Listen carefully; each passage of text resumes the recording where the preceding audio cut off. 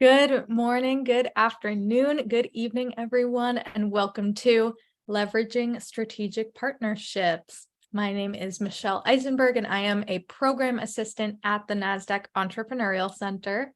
And for those of you who may not know, the Nasdaq Center is a nonprofit building a better path for entrepreneurs worldwide by improving inclusion, access, and knowledge in entrepreneurship.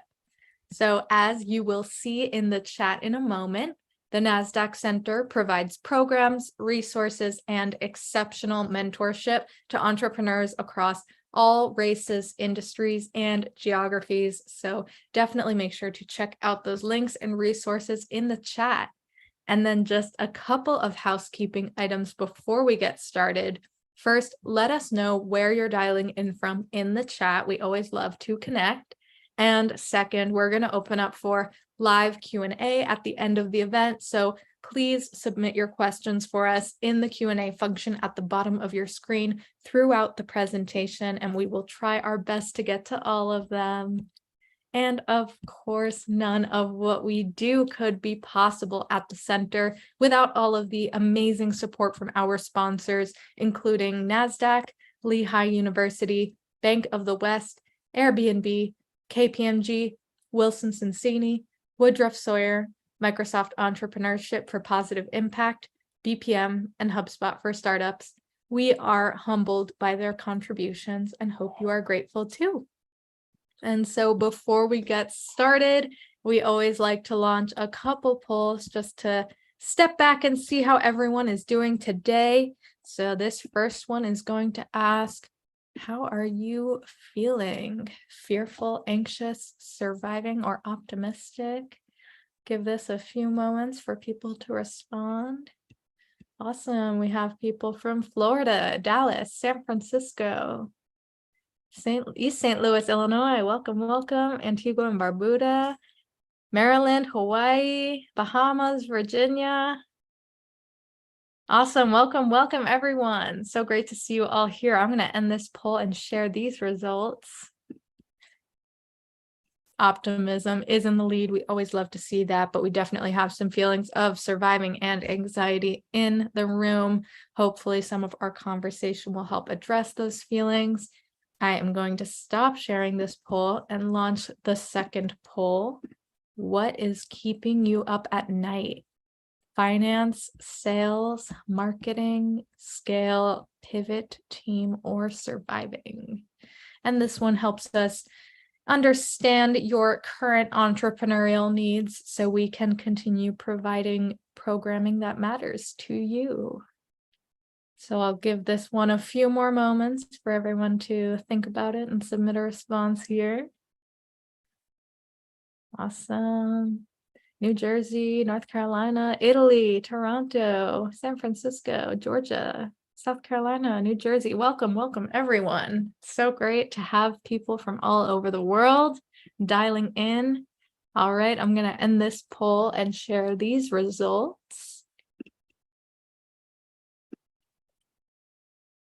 Looks like sales takes the lead. Finance and marketing neck and neck with each other behind sales, but all across the board. So thank you. We will take this into account as we continue developing new programming. I'm going to stop sharing this poll. And without any further delay, please join me in giving the warmest welcome to our special guest, Julie Shen, founder of Springstead. Julie, it is such a pleasure to have you here. We are super excited for this. Hi, everyone. It's really nice to be here. And I just want to thank you for taking an hour in the middle of what I'm sure is a busy day to join us for today's session. Like what was mentioned, I'm Julie Shen, and I will be taking you through how you can leverage strategic partnerships to grow your business. Anna, do you want to pop up the slides? There we go. Fantastic. So just to give you a bit of background on myself, I'm the founder of Springstead, and I work with high impact founders and organizations on strategy consulting and growth advisory. I spent a big chunk of my career at large organizations like HBO and Condé Nast, basically building new businesses for them. So I was always at the intersection of strategy, innovation, and P&L management. And what we would do is we would explore new initiatives to invest in order to stay digitally transformative, to capture new market share, to reach new consumers. And I would make the investment case for the right opportunities that were right for us. And then I would actually go off to incubate and launch those new businesses in a GM-ish role to oversee that initiative, to make sure that we're developing the right strategic goals and that we're rowing towards financial success. And so now I bring that level of experience directly to founders and startups, and I look forward to sharing some insights with you today. Can we jump to the next slide? Okay, awesome. So to give you guys a rundown of how today's discussion will go, we'll definitely define what a strategic partnership entails, get into why it matters and how it could benefit your business, highlight a real life case study from my own experience, and touch on a framework of how to approach and set up a potential partnership if you so wish to do so. But before we dive in, I would love to hear from you guys and make this a little bit more interactive. What is your understanding of a strategic partnership? Like, how are you defining it? Can you pop your answers into the chat? And we'll give you guys a few minutes, but let's pop that into the chat.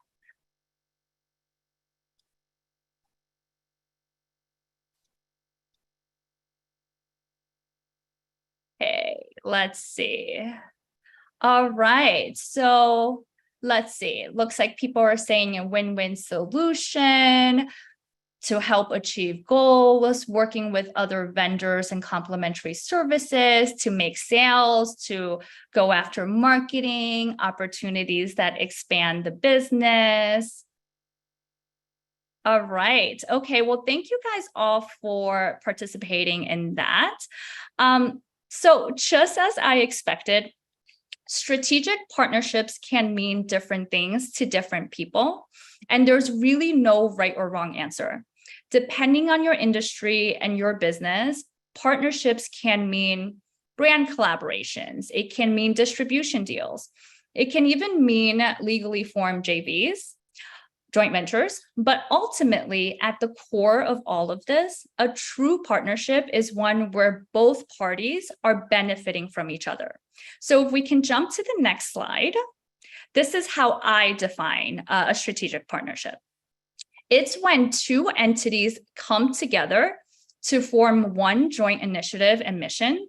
And the best type of partnership leverages your strengths to address the weaknesses of your partner and leverages your partner's strengths to address the weaknesses of your business. So that way, combined, you leverage each other's resources to launch a competitive offering. Next slide, please. Now, as you guys know, I work across a portfolio of founders and startups. And what I've seen time and time again, regardless of industries, no matter the stage or the size of the business, is that every leader is struggling with a similar set of challenges. Now, of course, those challenges may be manifested in different ways, or it could be manifested in different magnitudes. But here is a list of the main challenges that I've seen to be a continuous theme across different businesses. And I'm curious if some of these look familiar to you. Let's go through them, right? So in today's highly competitive landscape, it is getting more and more expensive to acquire a new customer. And to continue to compete for their mind share and their wallet share, especially against incumbents with deeper pockets and emerging brands that are popping up every day. You may even feel like this is not a sustainable way to grow. If you're bootstrapped or self-funded, you may actually have limited capital and resources. And this limitation could be limiting you on having a well-formed strategy to connect with your ideal customers. Or perhaps you're reaching your customers at that top of funnel level, but you feel like you're having difficulty retaining customers and making them sticky. Or maybe you're so focused on the acquisition piece, you haven't spent a lot of time thinking about retention, which is incredibly important. Or maybe you're a few years into your endeavor, but you feel like you're not growing the way that you should and that you are stagnant in your progress. A lot of that has to do with lacking a pathway towards innovation and diversification of your business in order to keep up with the rapid pace that the landscape is changing. So if we jump to the next slide, perfect. Now, if any of that resonated with you, you're in the right place. Because one, you're not alone. Oftentimes we all say that being a founder, being an entrepreneur, it could be a really lonely and isolating experience. But if you look around the chat in the room today, there are so many of you, hundreds of you dialing in globally, and you guys are all there for each other and you're all going through similar challenges. And what is best is also that if you look around the room, you have resources like Nasdaq, like myself, to help support you in your endeavors. So do not ever feel like you're alone. And two, you can lean into the magic of strategic partnerships to address some of these issues. So let's take a look at the benefits and value of strategic partnerships. What they allow you to do is they allow you to reach new audience and customers with little to no upfront cost. Because when you partner with another entity, you're able to tap into your partner's existing audience in an organic manner, which means you access new customer base without having to spend on paid marketing. In a podcast that I was a guest on, the host termed this to be audience borrowing. If you choose your partners wisely, then ideally they should have a loyal base. And when you partner with them, there's this loyalty transference effect that happens because the underlying essence behind any partnership is trust and endorsement. So let's say if brand A was partnering with brand B, brand A is essentially introducing brand B to its audience. And the super fans of brand A are then very likely to become fans of brand B because they trust in brand A's judgment. This gains you access to potentially stickier customers who have a higher lifetime value. And this is what drives sustainable business growth. Also, because partnerships are special and sometimes limited, it injects a momentum of growth for both brands, as well as an urgency to buy into that collaboration. In addition, building a process and vision for partnership allows you to build a framework towards growth because you are growing your brand and your audience every time you execute a partnership. Which is to say that partnerships are the most effective when they're integrated into your business as an ongoing objective. It would not be realistic for you to think that you can do a one-off partnership, see immediate ROI, and then call it a day and never do another partnership. That's just not how it works. So lastly, what partnerships allow you to do is that it allows you to pilot a new program or test a new initiative in a de-risked manner. This allows you to get market feedback immediately and find product market fit methodically so you can build out a proof of concept before investing significant time and resources into a new initiative. Our case study actually highlights this specific example, so let's get into it. Can we jump into the next slide? Thank you. So this case study is a real initiative that I led, but I'm keeping the names of the companies anonymous for privacy reasons. I was leading business development and partnerships for a media company. Let's call them Company A. Our team's mission was to innovate and diversify the business in a digital world, especially with emerging technologies and platforms. After various assessments, we determined that digital audio was a growth opportunity that we wanted to pursue. The problem was that we had never done audio in a serious way, and so we didn't have the brand identity or the brand equity in the space. We also didn't have production resources and expertise, nor did we have operational, apologies. My dog, she gets very excited, especially around this part. Okay, let's see if we can jump back in. So I was saying, we had some challenges because we didn't have production, we didn't have operational expertise, and we didn't have infrastructure for audio. So the lacking in those areas represented our weaknesses. What we did have, though, was amazing storytelling, amazing IP, and our portfolio of editorial brands were seen as tastemakers and authorities in their content categories. This represented our strengths. So if we had invested to build out our areas of weakness in-house and from the ground up, it would have taken us a significant amount of time, which meant that we would have been slow to market, and it would have been a lot of money upfront. So the risk would have been that we were investing significant dollars and time into a new initiatives that perhaps didn't work because we didn't have proof of concept. So proof of concept was really important to us and one of the goals for what we did next. We went out and we saw a strategic partner who was an audio network. They had strong production and operational expertise, as well as a scalable distribution and marketing network. However, they needed more content creators, more IP, and more quality storytelling to ramp up their content volume. So Company A provided the IP and storytelling. The audio network provided the production and infrastructure. And together, we launched a 10-part narrative audio project that was a first of its kind for Company A. The project reached over 10 million downloads with no upfront investment on either side because both parties contributed their existing resources and what they already excelled in. It was then optioned into a docuseries by a major streaming network, and the initiative was revenue and profit positive in its first foray. And this highly successful pilot became the proof of concept that we needed in order to make an investment case for launching an audio division. Next slide, please.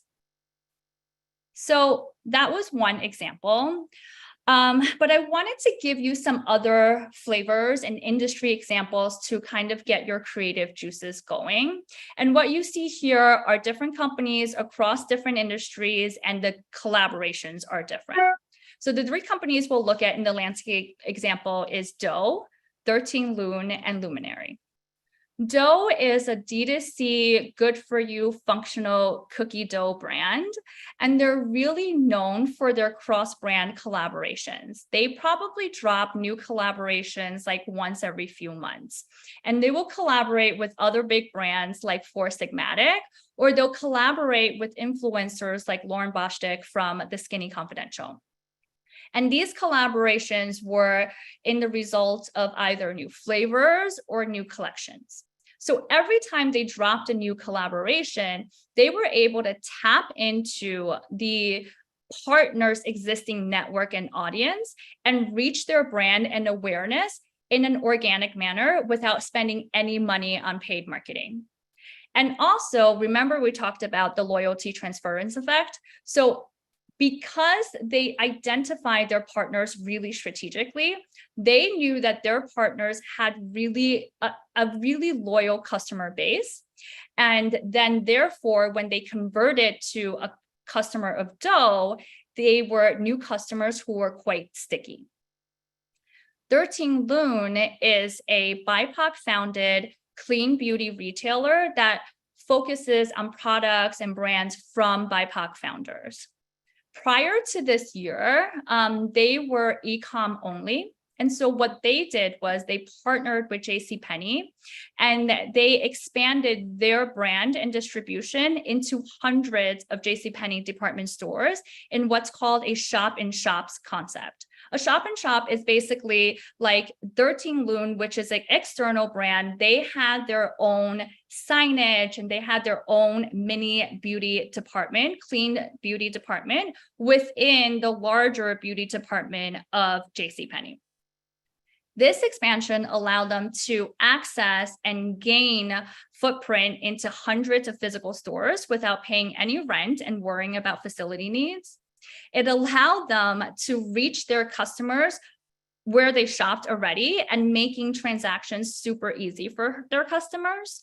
And then, of course, that physical signage footprint and brand awareness was significant because JCPenney had a lot of foot traffic across all of their stores. Lastly, Luminary is a co-working space dedicated to female founders, female entrepreneurs, and female leaders in New York City. What they did was they integrated with other female founder communities, such as Female Founder Collective or Hey Mama, to allow those other members free access to co-work from Luminary a few times a month. And this was really smart because it allowed them to reach their exact target audience with no cost. It allowed them to generate community buzz and conversation, because every time the free members would come to co-work there for the day, they would also attend the evening events and panels, and they would post about it on social. So it kind of created this buzz and sensation and made Luminary a place of gathering in New York City for female founders. And lastly, it gave them the opportunity to highlight the value of their memberships to their target audience and potentially upsell them into actually obtaining an annual membership with Luminary. All right, if we can jump to the next slide, please. Thank you. So at this point, we've talked about the essence of a strategic partnership, how they can help elevate your business, some real life examples. So hopefully at this point, I've piqued your interest around partnerships. Now let's talk about how you would approach an actual opportunity. In the pursuit of anything, it's really important to have a framework because it allows you to assess the opportunity methodically and weave out what may or may not be worth your time and build a process around partnerships that you do enter into. The full flow and cycle of a partnership basically boils down to 5 phases: identify, pursue, nurture, finalize, and operationalize. Let's take a look at each of these stages of the framework. Can we go to the next slide? So the identify phase is where you will develop your partnership thesis. And this is really important in order to identify the right opportunities for your business. A founder's most precious resource besides capital is time. I want to repeat that. A founder's most precious resource besides capital is time. So you want to make sure that you're directing your energy towards the things that are going to bring you closer to your strategic goals. Also, remember, we discussed that partnerships carry a sense of trust and endorsement. So you want to align yourself with not only partners who are going to get you closer to your goals, but also embody your values and what you represent to your consumers. Developing your point of view on what you want to achieve out of a partnership is an important building block for success. The 2 most important components here are who and why. You are going to get really crystal clear on who your customers are, and not just their age and demo, but also things like their values and interests. What are their pain points? Who and what do they trust? What drives their decision-making? How do they spend their time? Where do they shop? What other brands do they love and consume?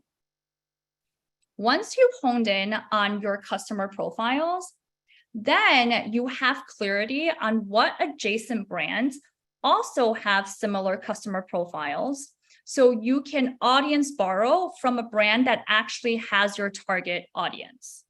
This maximizes the value of your time and your efforts that you would be putting into any partnership.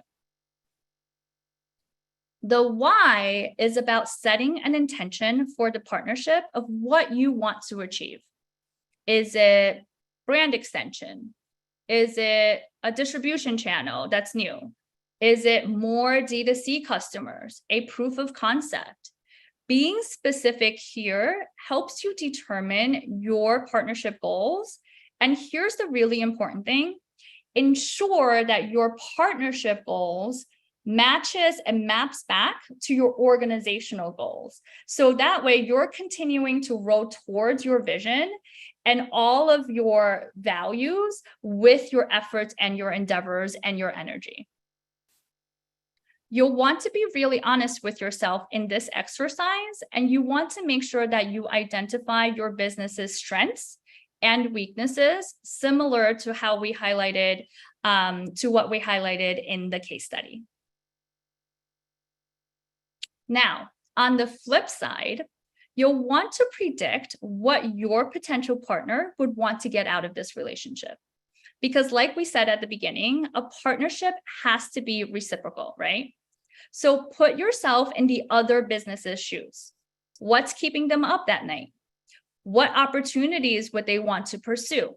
How can you play a role in elevating their business? Basically, you're asking, how can they find value in your strengths and then address your weaknesses with their capabilities?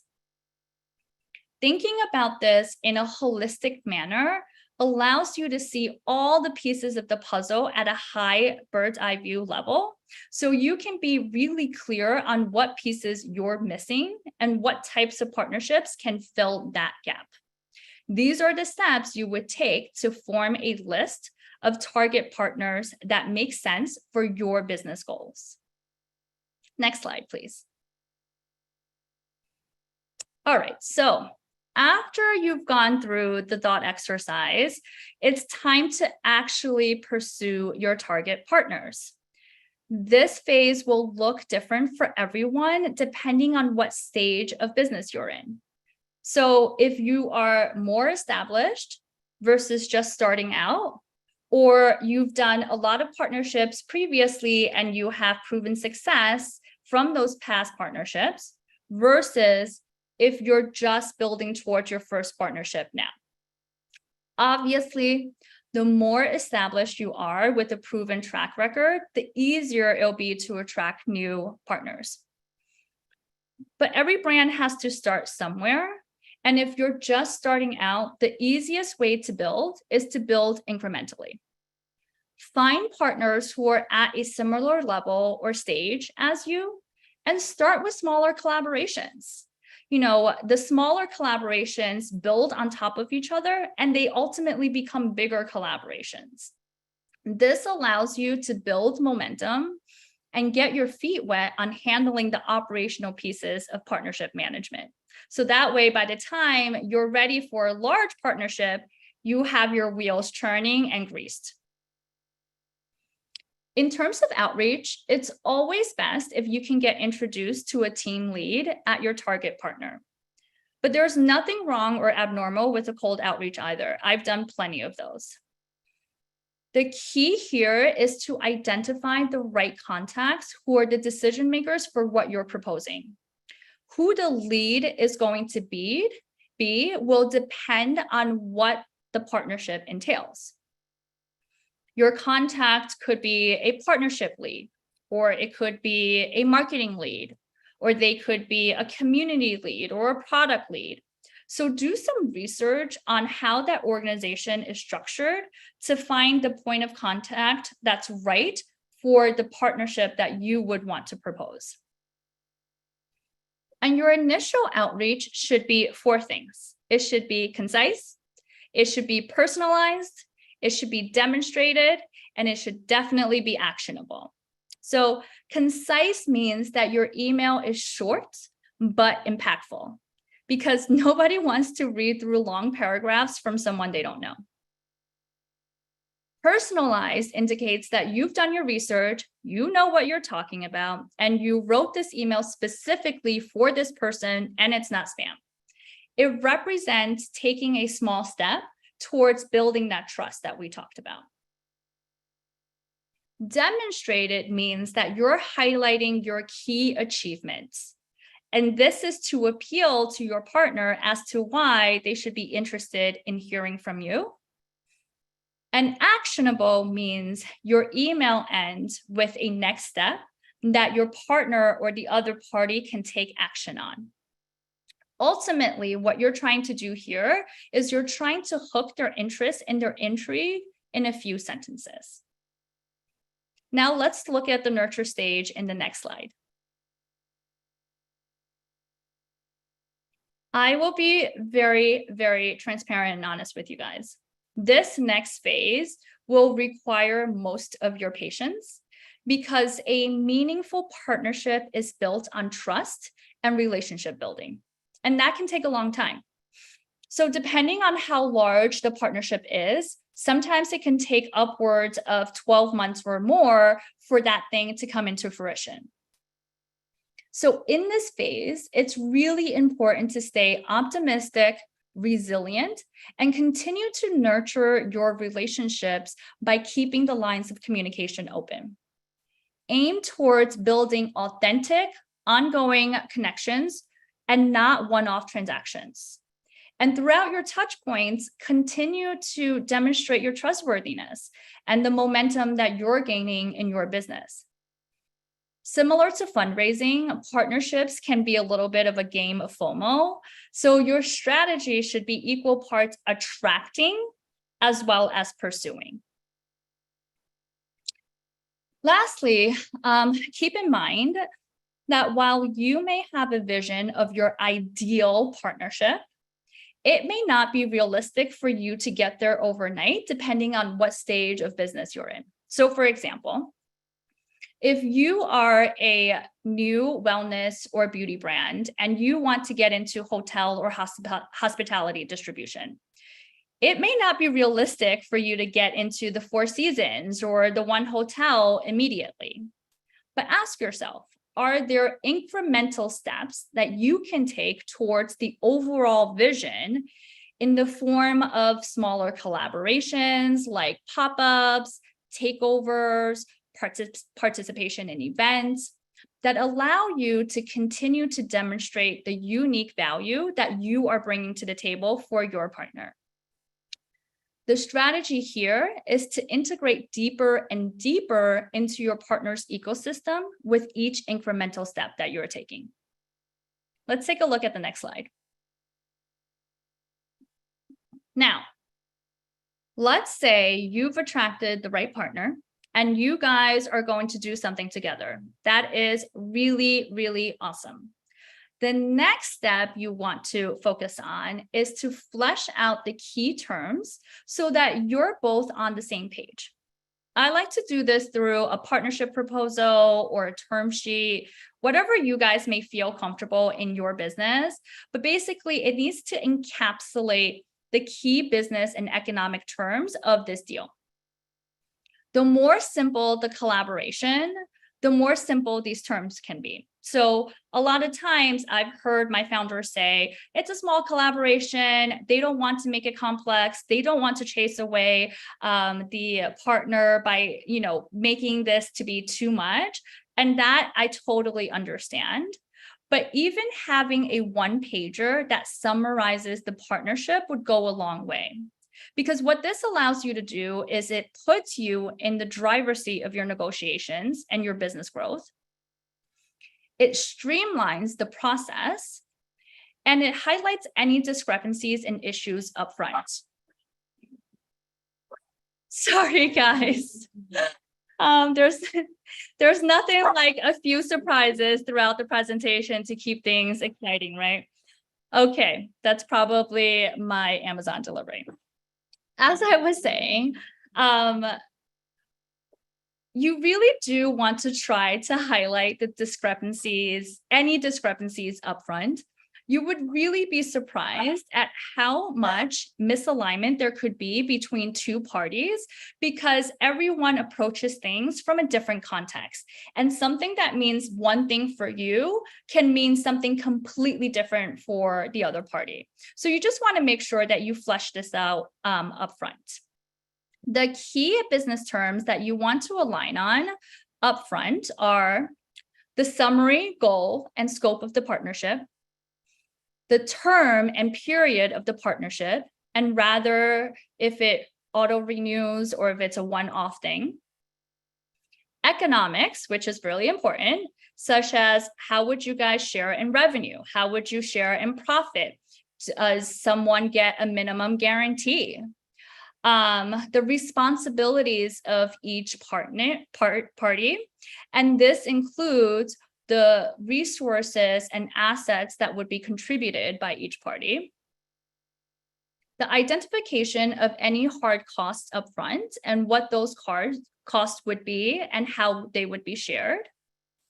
The co-promotion and co-marketing from both parties. This is really important because I've seen a lot of times where earlier founders are so excited about this partnership that they don't think about how they need to advocate for themselves and how they need to make sure that the other party is also promoting this initiative to their audience, because that is the entire purpose of a partnership, right? To ensure that you can tap into the other party's audience in an organic manner. So you just want to make sure that the co-marketing and the co-promotion efforts feel balanced on both sides and that not one party is giving more than the other. And then, of course, lastly, you'll want to flesh out what the collaboration process looks like in terms of workflow and who each of the team leads could be.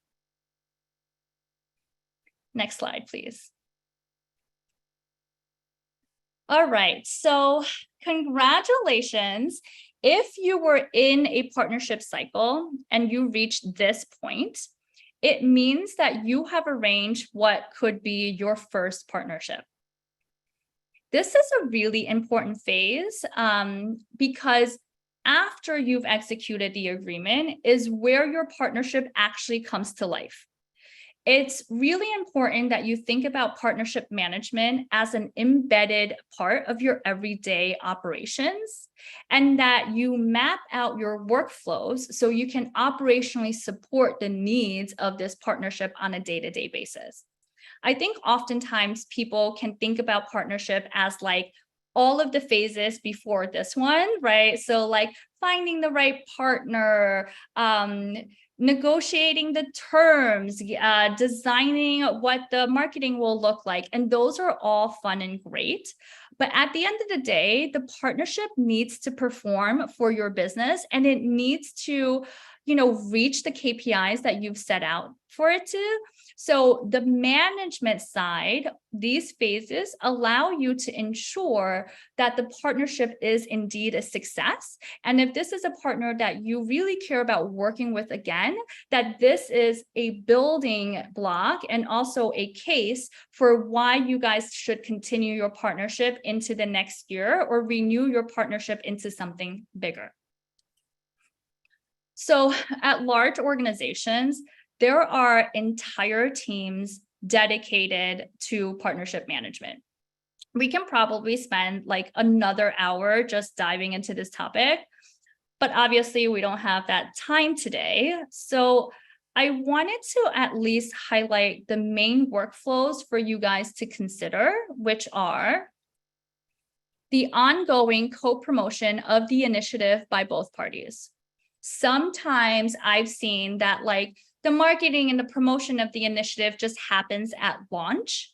But again, your success and your performance, there's so much of it that hinges on it post-launch. So you just want to make sure that you're mapping out a co-marketing schedule that feels ongoing and continuous in order for you guys to continue to optimize the performance of the initiative. The internal tracking and analysis of the performance and KPIs to understand what's working well, and what isn't meeting expectations. When you put a plan, a strategic plan into a live environment, there's always going to be things that don't meet expectations or that you run into challenges with, because that's just how a live environment works. And so what you want to do is you want to hone in and focus on what is not working and how you can optimize it for it to better perform. You also want to make sure that you are communicating and assessing this kind of performance with your partner, and that you guys both agree on what should be adjusted at the partnership level in order to garner better results. And then the next phase is actually adjusting the project effort for this optimization. The optimization part is really crucial because, you need to beta test certain things. You need to A/B test certain things. Some things that you thought were going to work may not actually be working. So the optimization part allows you to take in data and optimize your performance based on what you're seeing and what's not working. And lastly, you want to make sure that there is a periodic review of this initiative and how it's doing to ensure that it's tracking towards goal. Next slide, please. All right, guys. So this brings us to the conclusion of our presentation. I just want to thank you all for giving me almost an hour of your attention. I think we have some time for Q&A. Looks like just about 15 minutes. And I know that some people submitted their questions in advance. So I want to make sure that you guys know that if we don't get to your questions, the pre-submitted questions live today, that the Nasdaq team will share my answers in an email along with a copy of these slides so you can extract the most value out of today's session. Awesome. Julie, thank you so much for such just a clear framework on this topic. It's such incredible insights. We definitely have some questions coming in, so let's dive right in. We have a few kind of coming in that are related to how you might build partnerships when you're in that pre-revenue stage of business. So like how to best convey the strengths of your business and like the return on investment to the potential partner despite, limited business history. Yeah, that's a really good question. And I think a lot of it has to, it relates to what we talked about, which is if you are new and you're just starting out, the best way to build is to build incrementally, right? So if you have an ideal target, it may not make sense for you to go from 0 to 10, let's say, in that next jump, right? But what do you need to do to go from 0 to 1, right? So like what other pre-launch brands, what other brands that are currently in your stage can you collaborate with in order for you guys to tap into what could be each other's wait list, what could be each other's social media following, what could be each other's like existing communities, I've seen a lot of amazing next gen founders where they've built an incredible community just around content and what they're talking about.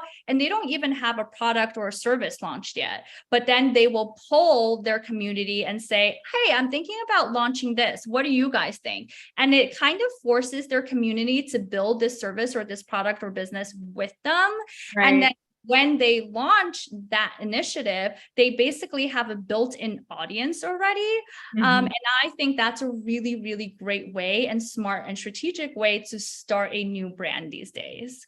Yeah, that's super helpful. I guess kind of just considering that we do have these like bigger corporations out there, but like there is also like those smaller players and like collaboration with them can like really help you achieve those goals that you're trying to reach as well. So that's awesome.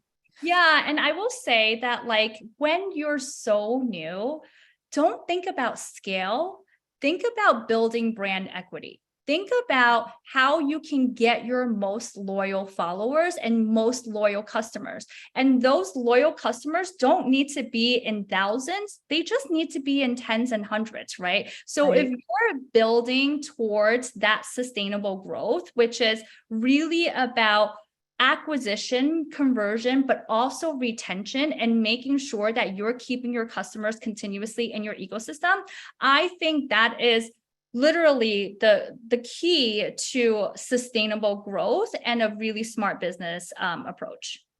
Love it.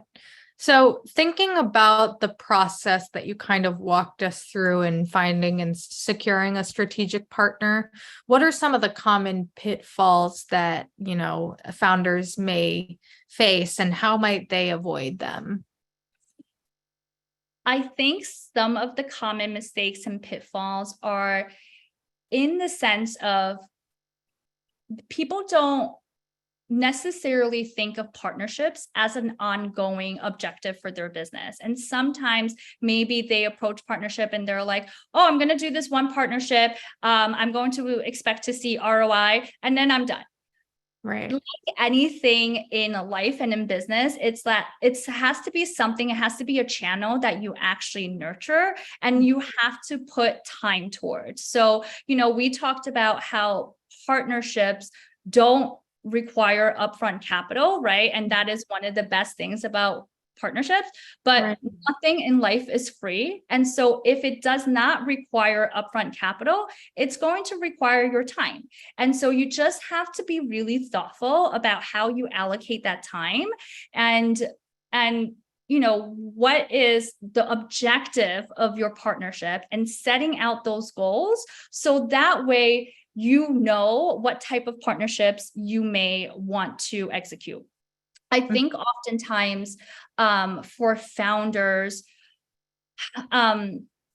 business acumen is more about saying no than it is about saying yes. So making sure that you're weaving out anything that does not and should not require your time and focusing your time on things that will bring you closer to your strategic goals. So when you map out the strategic objectives of what that partnership should be, then it allows you to kind of stay on track. And so, sorry, it's a long way of me saying that some of the pitfalls is when people just go out and they just want to do a lot of different types of partnerships, not thinking about how that actually maps back to their organizational goals, right? So remember in the case study, one of our goals for our partnership was proof of concept, right?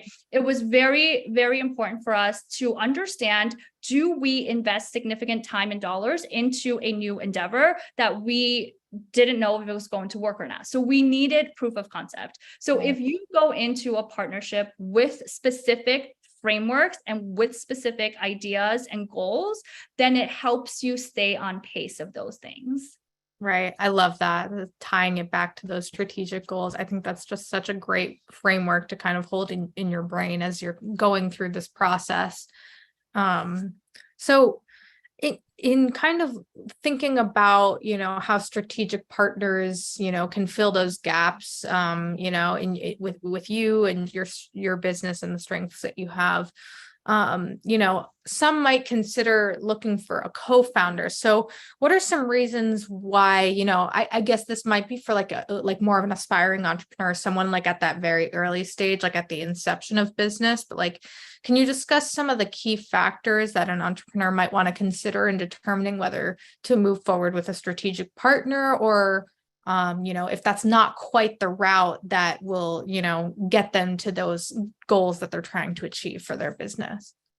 Yeah, I think, I believe what your question is asking is when does it make sense to bring on a co-founder and when does it make sense to pursue a strategic partnership? Because I feel like sometimes they can add overlapping values. And that's a really great question. How I would define it is that,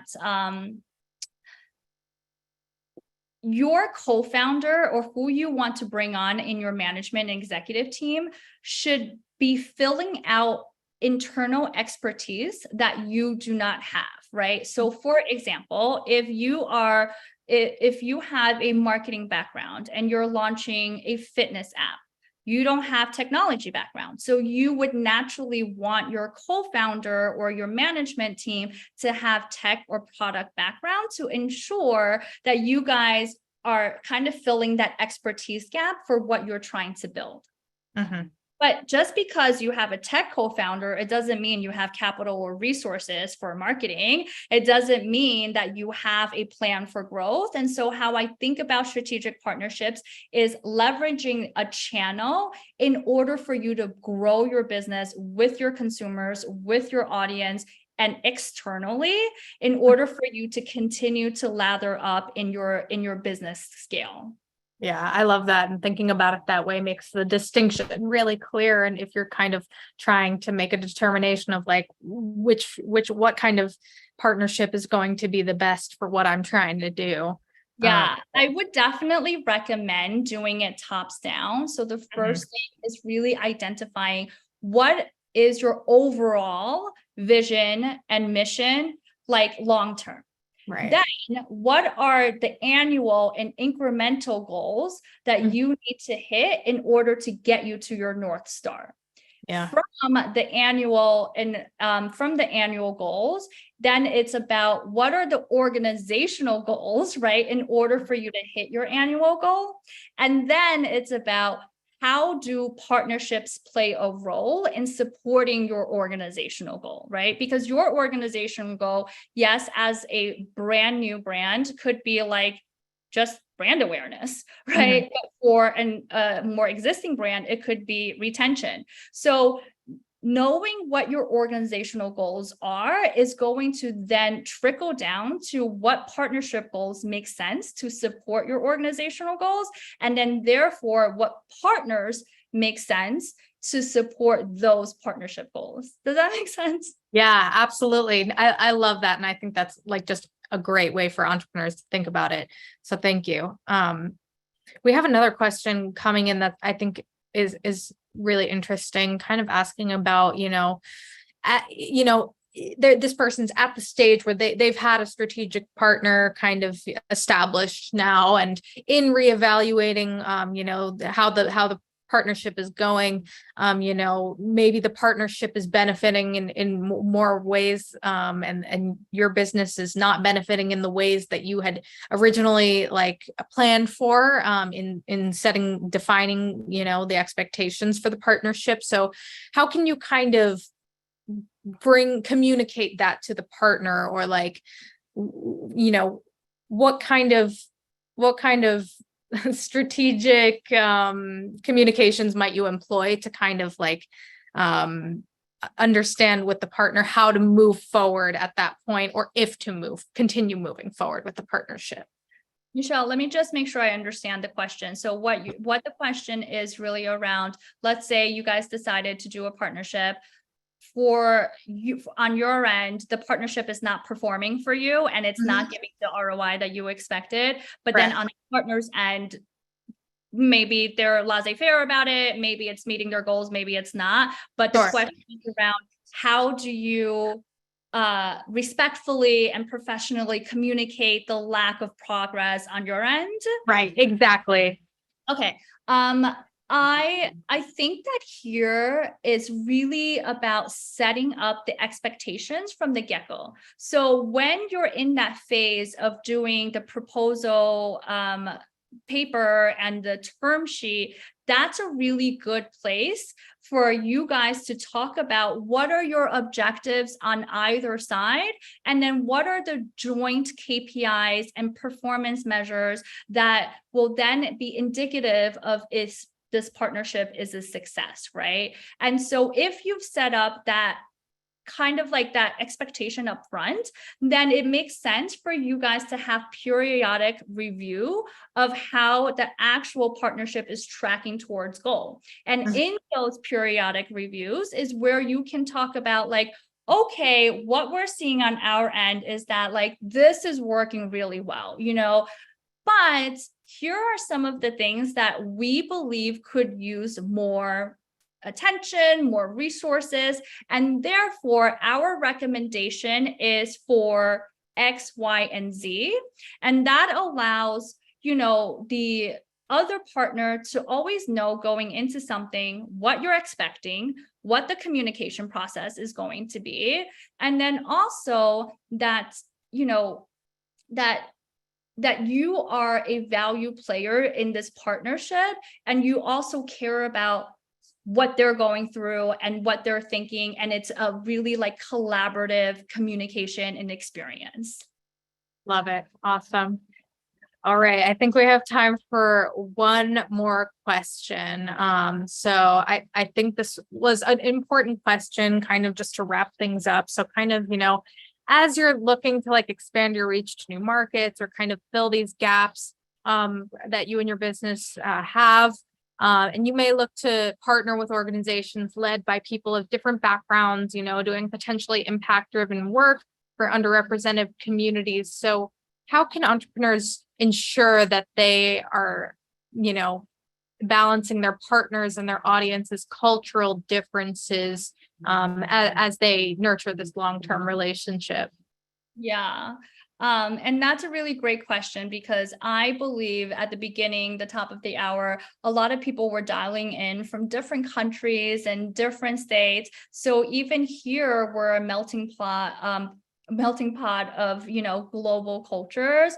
And so I think it's really important to just approach it from an empathetic perspective, right? So knowing and understanding the values, the culture, and what's important to the other party is going to go a long way. So it's kind of up to you to do the research up front to ensure that what you're doing is meeting cultural expectations, and that you are respecting their boundaries and their communication styles based on, what's appropriate for them.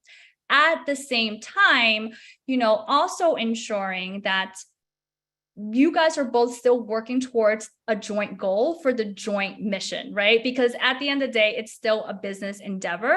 So I think it's a balance of, yes, respecting and approaching things really empathetically and respectfully, but also just being very honest if something is not working or something needs to be tweaked in a really respectful manner, because at the end of the day, it needs to perform. And that is the benefit for both parties. Awesome. Love it. All right, Julie, if you had one piece of wisdom or advice that you could leave with the entrepreneurs in the audience today, what would that be? Yeah, I think it's just that strategic partnerships can be an incredible leverage to grow your business, but it doesn't mean that it doesn't require planning or management or your time and energy. So, being thoughtful about how you approach partnerships and building a process will allow the workflow to be more turnkey. And if done strategically, partnerships can be a big benefactor in your growth. So I look forward to seeing how everyone here ideates and materializes different types of partnerships from this discussion. Awesome. Julie, thank you so much for these incredible insights and just such an amazing overview on behalf of the Nasdaq Entrepreneurial Center and everyone here today. We are sincerely thankful that you joined us. Thanks. Awesome. And to our audience, we would love for you to join us for upcoming webinars, which you can view using the upcoming events link in the chat. Thank you all so much for joining us today, and we look forward to welcoming you back online with us soon.